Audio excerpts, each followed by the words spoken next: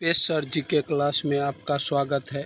मैं पिछले क्लास में ग्लोबल वार्मिंग के बारे में बता चुका हूँ।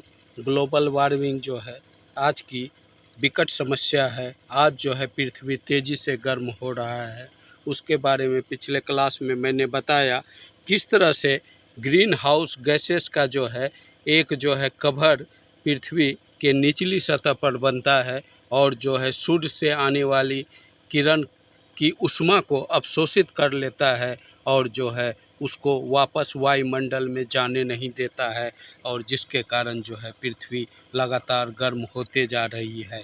आज मैं ग्लोबल वार्मिंग का क्या इफ़ेक्ट है, पृथ्वी जो गर्म हो रहा है आज जो है इसका यहाँ की पृथ्वी पर क्या असर पड़ रहा है, या विश्व कौन सी आपदा को भुगत रहा है इसके चलते, इसी के बारे में जो है ग्लोबल वार्मिंग के इफ़ेक्ट में मैं बताने जा रहा हूँ।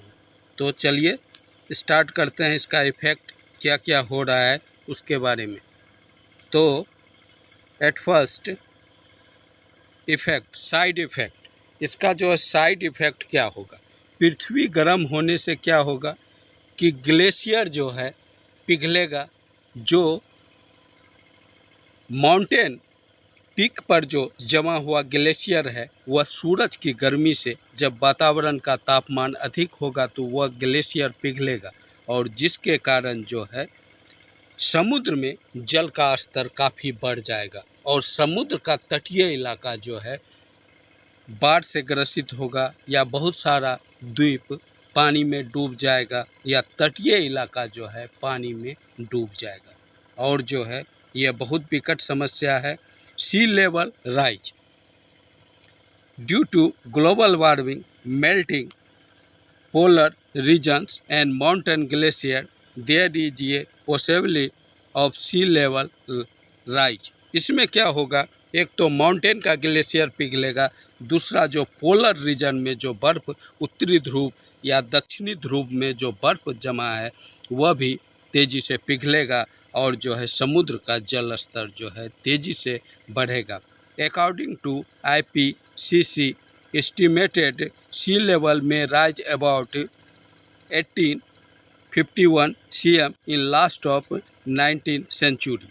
और जो है IPCC का जो है इसका आंकड़ा है कि इस तरह से यदि ग्लोबल वार्मिंग रहा, गर्मी बढ़ता रहा, तो 21वीं सदी के लास्ट तक जो है समुद्र का जल स्तर जो है 1800 से लेके 51 सेंटीमीटर तक जो है और ऊपर उड़ जाएगा, और जो है जिससे तटीय इलाके के व्यक्ति को परेशानी होगा, डूब जाएगा, और द्वीप समूह भी डूबेगा बहुत सारा। As a result coastal area are submerge, mass population displacement.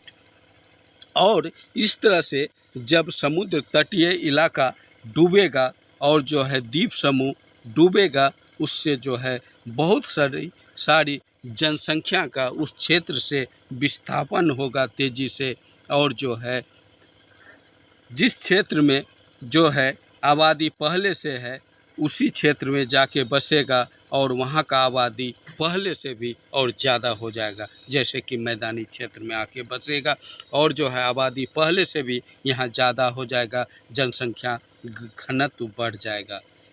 Due to rise in sea water level about 27 countries and many island of the world will affected.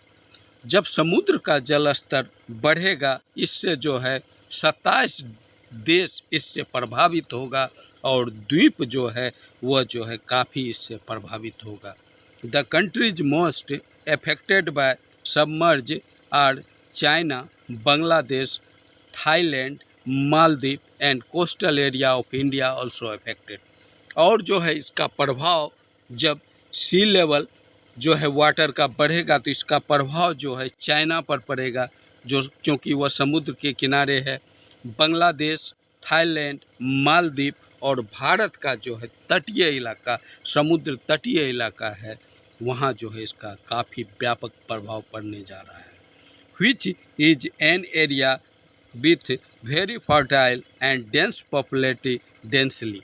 और जो है वैसा इलाका जो बहुत उपजाऊ है और जो है जनसंख्या घनत्व तो पहले से भी है और वहीं जाके जनसंख्या का घनत्व और बढ़ेगा और जो है यह बहुत बड़ा त्रासदी होगा। Navadweep the island of Maldives have submerge due to rise of water level.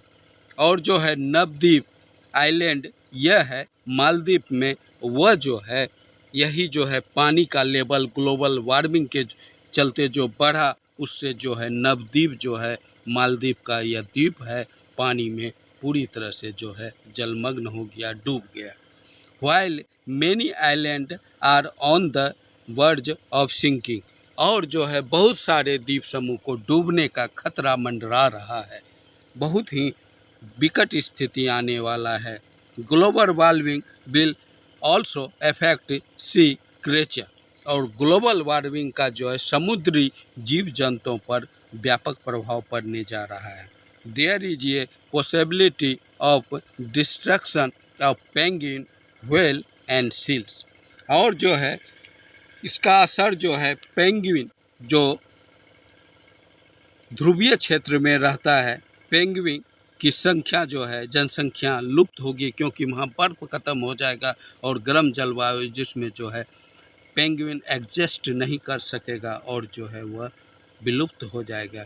उसी तरह से व्हेल और सील जो समुद्र में रहता है उसके भी विलुप्त होने का संभावना या खतरा मंडराने लगा है। The coral reef will destroyed. और कोरल रीफ जो है वह जो समुद्र में है, जैसे कि हमारा लक्षद्वीप वह कोरल रीफ है, वह जो है बर्बाद हो जाएगा। उसी तरह से और बहुत सारे समुद्र में कोरल रीफ है, वह भी बर्बाद हो जाएगा। इससे अपोजिट इफेक्ट ऑन मैंग्रोव। और इसका विपरीत प्रभाव मैंग्रोव वन पर पड़ेगा जो समुद्र के तट में होता है। मैंग्रोव का पेड़, उस पर भी इसका असर पड़ेगा, वह भी समाप्त होने लगेगा। Sea based fishing and fishing industry will be affected.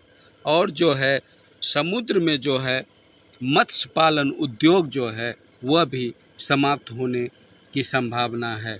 Oil based industry. और जो है समुद्र में जो है तेल का खनन का कार्य जो होता है, ऑयल बेस्ड इंडस्ट्री है, वह भी इससे इफेक्टेड होगा। And other business will affected.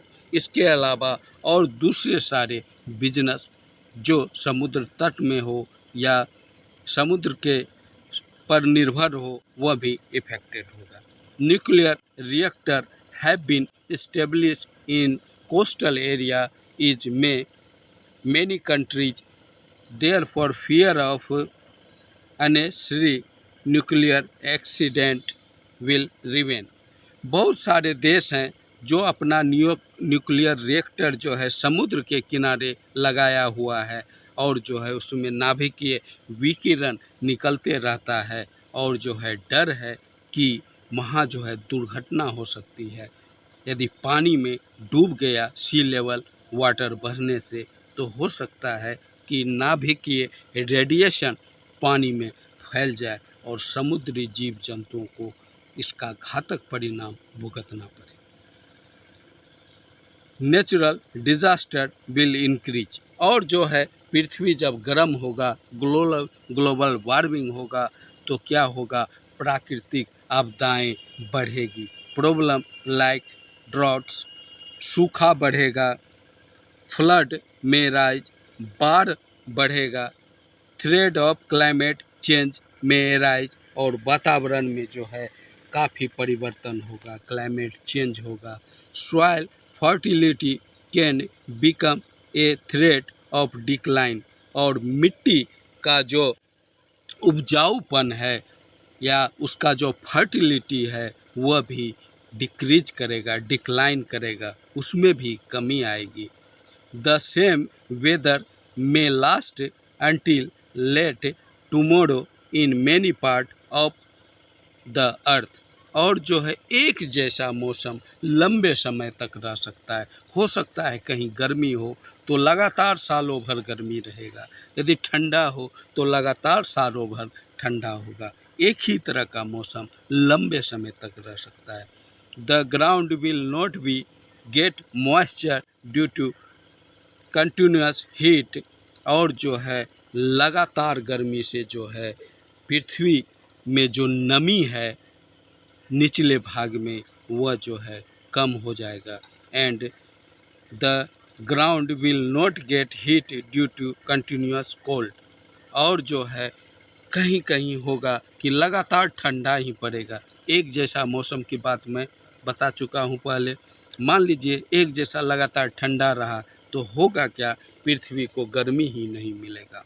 The land will gradually become barren, और जो है मिट्टी जो है इस तरह से जो है अनुपजाऊ हो जाएगा। There is possible of adverse impact on biodiversity, और इसका असर जो है जैव विविधता पर पड़ने की संभावना है।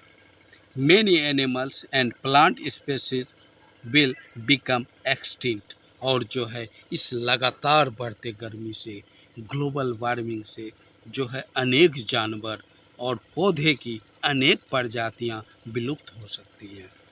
Many animals will destroyed due to drought and forest fire, और बहुत सारा जीव जंतु जो है वह सूखा के चलते जो है बर्बाद हो सकता है, या जो है वह विलुप्त हो सकता है। और जंगल में आग लगने से, बहुत गर्मी के कारण जंगल में स्वतः आग लग जाती है, इसके कारण भी बहुत सारे जीव जंतु जल जाएंगे जंगल के, और जो है बहुत सारे पेड़ पौधे भी जल जाएंगे। There will be possibility of drinking water and food scarcity, और यह भी संभावना बनती है कि शुद्ध पेयजल मिलना मुश्किल हो जाएगा, या जो है उसका अभाव हो जाएगा, या महंगे में बिकने लगेगा। और जो है फूड क्राइसिस भी होगा, और जो है भोजन का किल्लत होगा।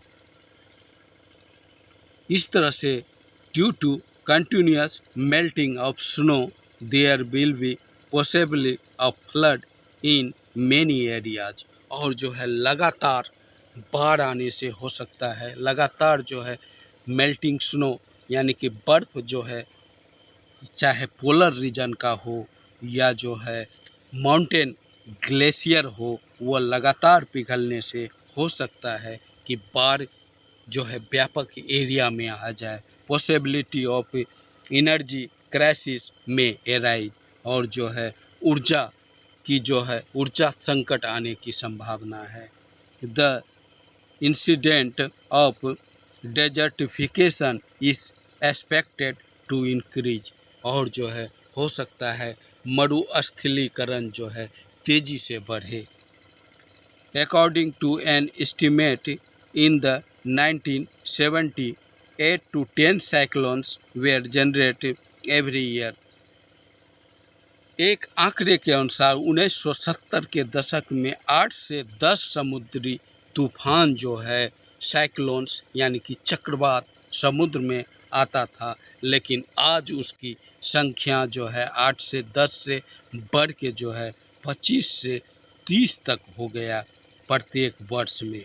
यानी कि एक साल में पहले जहां 70 के दशक में 8 से 10 साइक्लोन आता था, आज जो है 25 से 30 साइक्लोन जो है समुद्र में आ रहा है। Due to disaster like Katrina, Laila, Nargis, और जो है इस तरह के कई समुद्री तूफान जो है आ चुका है, जैसे कैटरीना, लैला, नरगिस, रीटा और मिलियम। इससे क्या हुआ है, उस तूफान के चलते million of life and property जो है, इससे जो है लाखों जीवन और संपत्ति का नुकसान हुआ। This incident the possibility of disease affecting human health and possibly speed of germ, और जो है लगातार इस बढ़ते गर्मी से हो सकता है कि मानव स्वास्थ्य पर इसका जो है बुरा प्रभाव पड़े, और जो है हो सकता है कि जल जनित रोग, कीटाणु जनित रोग और जो है सूखा जनित रोग तेज़ी से फैले। इस तरह से आप देख रहे हैं कि ग्लोबल वार्मिंग जो आज का जो तापमान तेज़ी से बढ़ रहा है पृथ्वी का, इसका जो है कितना व्यापक असर होने जा रहा है और जो है हो सकता है मानव जनसंख्या के लिए यह काफ़ी खतरे का जो है सिग्नल है। मानव को जो है अभी से अलर्ट होके जो है इसकी तीव्रता को कम करने का प्रयास करना चाहिए, नहीं तो मानव सभ्यता ज़्यादा दिन तक जो है इस पृथ्वी पर नहीं रह सकेगा। बड़ी दुख से कहना पड़ता है, इसीलिए हम लोगों को सबों को मिल के जो है प्रयास करना होगा ताकि ग्लोबल वार्मिंग के इफ़ेक्ट को कम किया जा सके। हम लोगों को ज़्यादा से ज़्यादा पेड़ लगाना होगा, एसी, फ्रिज ये सब का कम यूज करना होगा, व्हीकल्स, गाड़ी, मोटरसाइकिल, कार, बस ये सब का हो सके जितना कम यूज हो और जो है इससे जो है प्रदूषण कम होगा और जो है पृथ्वी पर जो है तापमान कम बढ़ेगा। हमको इसको कंट्रोल करना होगा। ओके गाइज, आज इतना ही। अच्छा लगा हो तो चैनल को लाइक एंड सब्सक्राइब करें ताकि आपके लिए मैं मोर वीडियो अपलोड करता रहूं। बाय।